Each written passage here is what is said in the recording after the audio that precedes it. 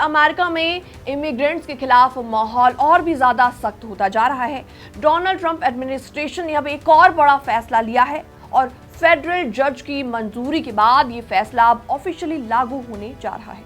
अब अमेरिका में रहने वाले हर इलीगल इमिग्रेंट्स को खुद को सरकार के साथ रजिस्टर करना पड़ेगा और अपने पास प्रॉपर डॉक्यूमेंट्स भी रखने होंगे।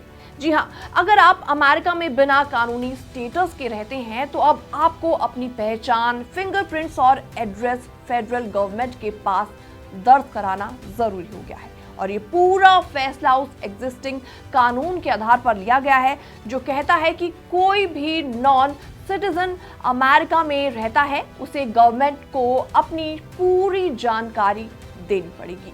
नमस्कार, मैं हूं आपके साथ प्रेरणा कौशिक और आप देख रहे हैं एनबीटी इंटरनेशनल। ये कानून नया नहीं है, लेकिन पहले इस पर उतनी सख्ती से अमल नहीं हो रहा था। अब ट्रंप एडमिनिस्ट्रेशन इसे पूरी ताकत से लागू कर रहा है।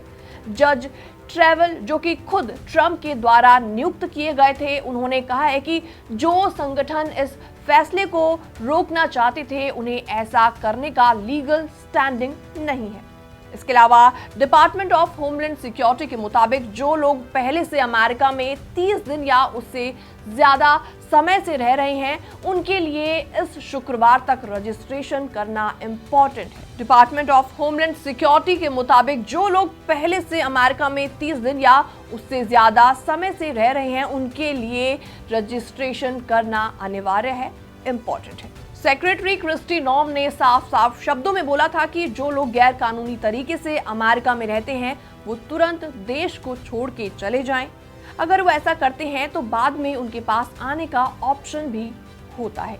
इस फैसले का असर 2.2 मिलियन से लेकर 3.2 मिलियन लोगों पर सीधा सीधा हो सकता है।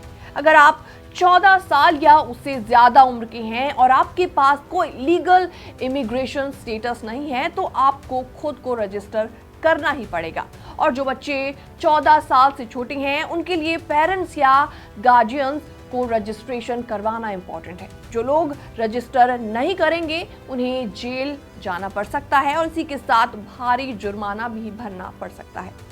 और एक और बात, अब लोगों को अपने रजिस्ट्रेशन डॉक्यूमेंट्स हर समय अपने साथ रखनी पड़ेंगी। ये नियम सिर्फ सेंट्रल और साउथ अमेरिका से आए लोगों पर ही नहीं बल्कि कनाडा से आए लोगों पर भी लागू होंगे। खास तौर पर वो लोग जिन्हें स्नोबर्ड्स कहा जाता है, यानी जो सर्दियों में फ्लोरिडा जैसे गर्म राज्यों से समय बिताते हैं। ये रजिस्ट्रेशन रूल असल में 1940 के एलियन रजिस्ट्रेशन एक्ट और 1952 के इमिग्रेशन एंड नेशनलिटी एक्ट से लिया गया है जो उस समय बनाए गए थे जब अमेरिका को बाहरी लोगों से खतरे की आशंका थी। तो साफ है कि ट्रंप एडमिनिस्ट्रेशन अब इमिग्रेशन पर जीरो टॉलरेंस की पॉलिसी अपना रहा है। और अब सवाल यह है कि क्या ये फैसले इंसानियत और कानून के बीच संतुलन यानी बैलेंस बना पाएंगे। फिलहाल इस पूरी रिपोर्ट को देखने के बाद आपका क्या रिएक्शन है, आपके क्या विचार हैं, आप भी हमें कमेंट सेक्शन के माध्यम से अपनी राय देना ना भूलें। बाकी वर्ल्ड से जुड़ी छोटी और बड़ी खबरें देखने के लिए आप भी बने रहिए एनबीटी इंटरनेशनल के साथ।